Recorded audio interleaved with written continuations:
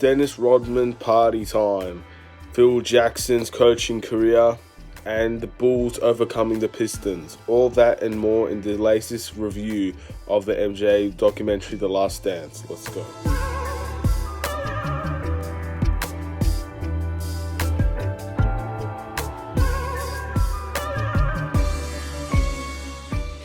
What's up, everybody? It's the Sports Code, aka Aiden, and welcome back to another video. This is obviously episode 4 review of the MJ documentary, The Last Dance, and what an episode it was. This was a very informative episode of how tough the Pistons really were. That's really what I got out of this episode, besides everything else, of course. So before we get started, please like and subscribe to the Sports Code YouTube channel, turn notifications on, and you'll see every single review that I've done on this series so far in a playlist that should be presented at the end of the video. So yeah, it's just this man, I upload like twice a day, so you see a lot from me. Anyway, we won't really waste much time. We'll get straight into it. So it's obviously started off where last episode ended for Dennis Rodman taking a vacation, having his party time. And the guy looked like an animal partying. He clearly knows his way around the streets, alcohol, and all of this. And it ended up being way past 48 hours that he took to actually go and have his party, go have his amazing time away from basketball. He needed to recharge his batteries. And in the end, they actually had to go and get him away from that scenery to bring him back to Chicago. So Michael Jordan actually had to physically go and get him away from Las Vegas in order to just overall be back with the team, back with the Bulls, so he could work hard and they can win a championship. And yeah, at the end of the day, Rodman's a different character, so you have to treat him differently to everybody else, man. And if you can accept him for who he is, then he'll be very good for you guys. And that's what he said. He said that Michael Jordan and Scottie Pippen accepted me for who I am. So I'm going to go and work hard for those guys because they appreciated me for what I was. And that's the type of guy Rodman was, man. If you can appreciate and respect him, then he'll give everything for you. So they knew that he was a very hard worker. And Phil Jackson also knew that he was a very hard worker. And it kind of shifted towards Phil Jackson's career and his relationship with the team, especially Dennis Rodman, how they had a lot of Native American history in common. And it sort of developed into how Phil Jackson ran his team, how Phil Jackson operated his team, bringing personal aspects of his life into this team and into the structure and training and game time of this team, playing as one. And then it ends up going through to his childhood. Again, his dad was a pastor, I don't know how to say it in an Australian accent, it's pastor. And his mum was a minister. And he spent a lot of time in churches, but he also spent a lot of time playing basketball, which he preferred, obviously. That's why he became a basketball player. Went on to playing in college, ended up getting drafted, I believe, the 27th overall to the New York Knicks. Now, in this time, he won 2 championships, and he was a very good player. He was in his all-rookie team, and he was developing into a very, very good, smart player. But, of course, there always seems to be a drug story in every single one of these episodes. So, apparently, he took acid, which kind of made him hallucinate and become things that he wasn't, apparently pretending to be a lion in a mountain back or something like that. I don't know. This all took a weird turn from there, really. And ended up going back into him being a head coach. And he did some head coaching outside of America. I'm not really sure where it was. I can't remember, I can't recall. But he ended up taking a lot of abuse, and apparently where he was, this was the norm, where people would go and abuse the away team constantly, hitting their bus and doing all these things to them. Apparently there was some gunshots and stuff like that. So yeah, and that was very interesting to see how basketball was outside of America.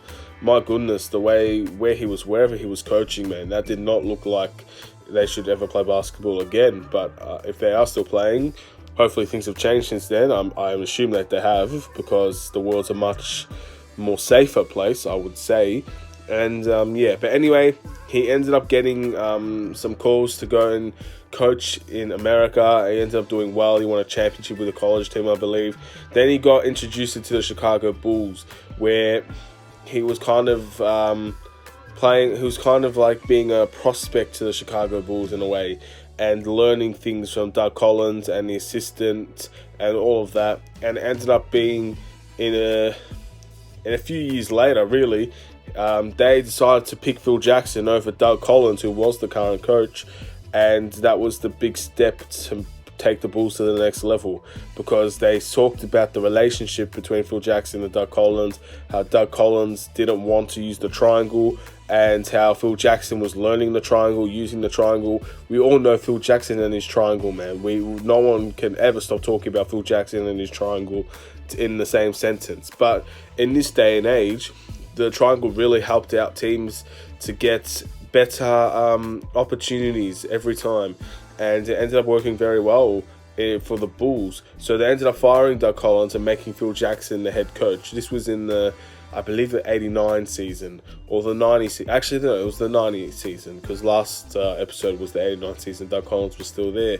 And in many ways, this was to pretty much get the ball out of MJ's hands and to distribute it equally and effectively for everybody to get an opportunity to play and make some shots. It's equal shot distribution. That's what the triangle is about, to create unique plays with good ball movement and stuff like that. So that's what it was. And the person that really thrived from that was Scottie Pippen, because Scottie Pippen was originally a point guard, and in college he was a point guard, but just because of his size, he ended up becoming a small forward, really. But he never lost those point guard skills, the passing, the dribbling, the defense. He was extremely, extremely good at all these things. And the triangle really helped Scottie Pippen to reach his full potential, which gave Michael Jordan an opportunity to work with a much improved Scottie Pippen. And that, in the end, benefited the whole team. This was the 90s season, by the way. We're not talking about 1997 at the moment. We'll get back to that when things start to pick up later on in the episode. So it ended up going into the 1990 season. They didn't mention anything except for the Detroit Pistons here. They finally versed them again, and MJ and the Bulls did very well to take them to Game 7.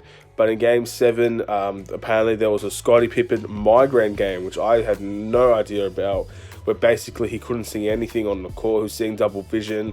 He was throwing up before the game, but he still had to play. And he played because, of course, of not wanting to let his teammates down. But in the end, that migraine game really cost them, as they lost by a decent amount in Game 7. And Detroit ends up taking out the Bulls once again, beating them twice at MJ's expense and winning the championship twice at MJ's expense. And that really hit MJ hard, man. That hit him so hard that no vacation for anybody, no time off. They decided to hit the weight room early. MJ decided to put on a lot of muscle in order to dish out his own pain to the Detroit Pistons, to take what they dish out and distribute some of his own, to become a more physical team, a team that doesn't complain.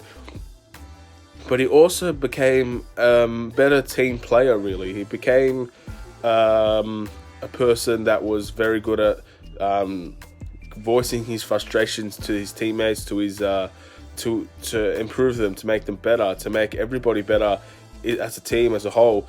And that's what he did for that whole entire season, which ended up working very well towards the final games, which we'll get to.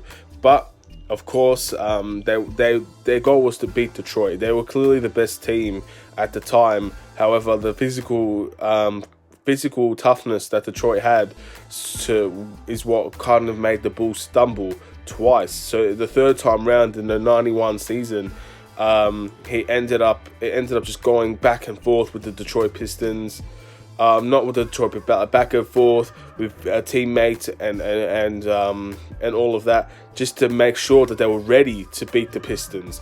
It was back and forth. It was screaming. It was yelling. It was also happy times, sad times, just to overall get the physical toughness to beat Detroit. And that's ended up what was happening. In the 91st season, the Detroit Pistons once again was to face the Chicago Bulls, and they were physically ready this time. They were ready to take the mental abuse, the physical abuse, and they absolutely destroyed the Pistons. They swept the Pistons.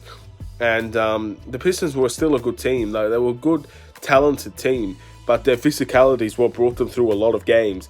And once the Bulls were able to maintain and take that physicality, not complain, not have any sort of issues in terms of arguing or being hurt, showing no fear, it made the Pistons buckle. And the Pistons ended up not retaliating whatsoever. The Bulls ran through the Pistons. Scottie Pippen ran through the Pistons, really, especially in the last game. And that was the end of the Pistons' reign, man. And the Bulls reigned supreme, sweeping. Like, that's the perfect way to get your revenge over a team, by sweeping them, making sure they don't win a game. And this ended up being one of those times, one of those iconic moments in history where the Pistons did not shake the Bulls' hands on the way out, and causing massive drama, massive news about how bad the Pistons were when they lost. They were sore losers. And Isaiah Thomas said in the comments in the interview that that's just how it was in the NBA. When that was just honestly, that was such a bad thing to say, because all you had to see is look through all the history, all of time through basketball. People shook their hands in defeat. Michael Jordan did it himself. So the Pistons that were able to leave and not shake people's hands, that's just disrespect beyond belief. No sportsmanship, no anything, man. It's disgusting the way that was handled. I didn't even know anything about that until now. That's shocking. And the Pistons, those Pistons players should be ashamed of themselves, man. You gave your heart and soul to the NBA. You gave your physicality and all of that. You don't just end it by walking away like sore losers. And those Bulls players had a lot to say about those Pistons players in the interview that I'm not going to say, because it was just so, it was funny. But there was a lot of words that were used that I probably can't really say in consecutive sentences. So basically, they were cowards in a small, less offensive way. They were acting like cowards. They just ran away when the going went tough, and instead of owning up to their losses, they just ran away. So that's kind of how the Bulls perceived the Pistons throughout that time. And obviously they moved on to the finals against the Lakers. MJ versus Magic. It was a great final series, went back and forth, but Michael Jordan won in game 5, I believe. And all this was to playing the triangle, not always having the final shot, passing out to Paxson, who had a very good series. You all remember John Paxson, right? I'm going to mention it all the time.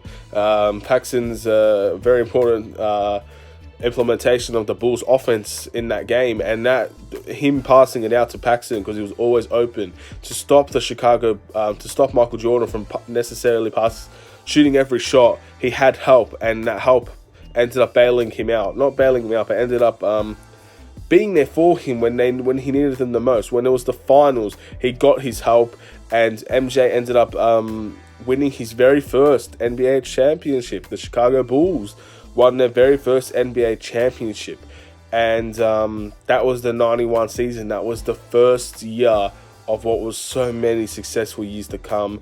The very first title MJ won. He finally was able to put himself in the likes with Larry Bird and Magic Johnson, and he was able to finally solidify himself as one of the greatest, because he got to the mantle-top. He got to the top of NBA history. And then obviously it moved forward to the 98 season again, where the Jerry Krause comments about MJ saying we would love to keep MJ, but if he wants to leave because the coach isn't right, then that's his choice. We would love to keep him, but at the end of the day, we're not keeping Phil Jackson, and something like that. So MJ basically said if it's Phil Jackson's last year, then it's his last year, which was a terrible thing to happen during the season. That's something that should definitely be discussed in the off season, man. Like, that's ridiculous. That was poor timing on Jerry Krause's part, and in the end, it just doesn't make him look good. But I'm sure he didn't. I don't know. Maybe he did, but I'm sure he didn't mean it in a way to basically interrupt the Bulls' season. But that's exactly what happens, and it very much disturbed the flow that was going with Rodman and MJ and Pippen, and this Michael Jordan's future basically being discovered, and midway through the season, which caused great toughness for that team, and they still have to go through with everything as well, going into the season, and we all know the outcome, but what strength it took. Anyway, that was episode 4. I want to thank you all for watching. Please like and subscribe for more videos like this. Episode 5 and 6 will come out next week, hopefully the same day, same time, and everything like that. I want to thank you all for watching. This is the Sports Code. Take care.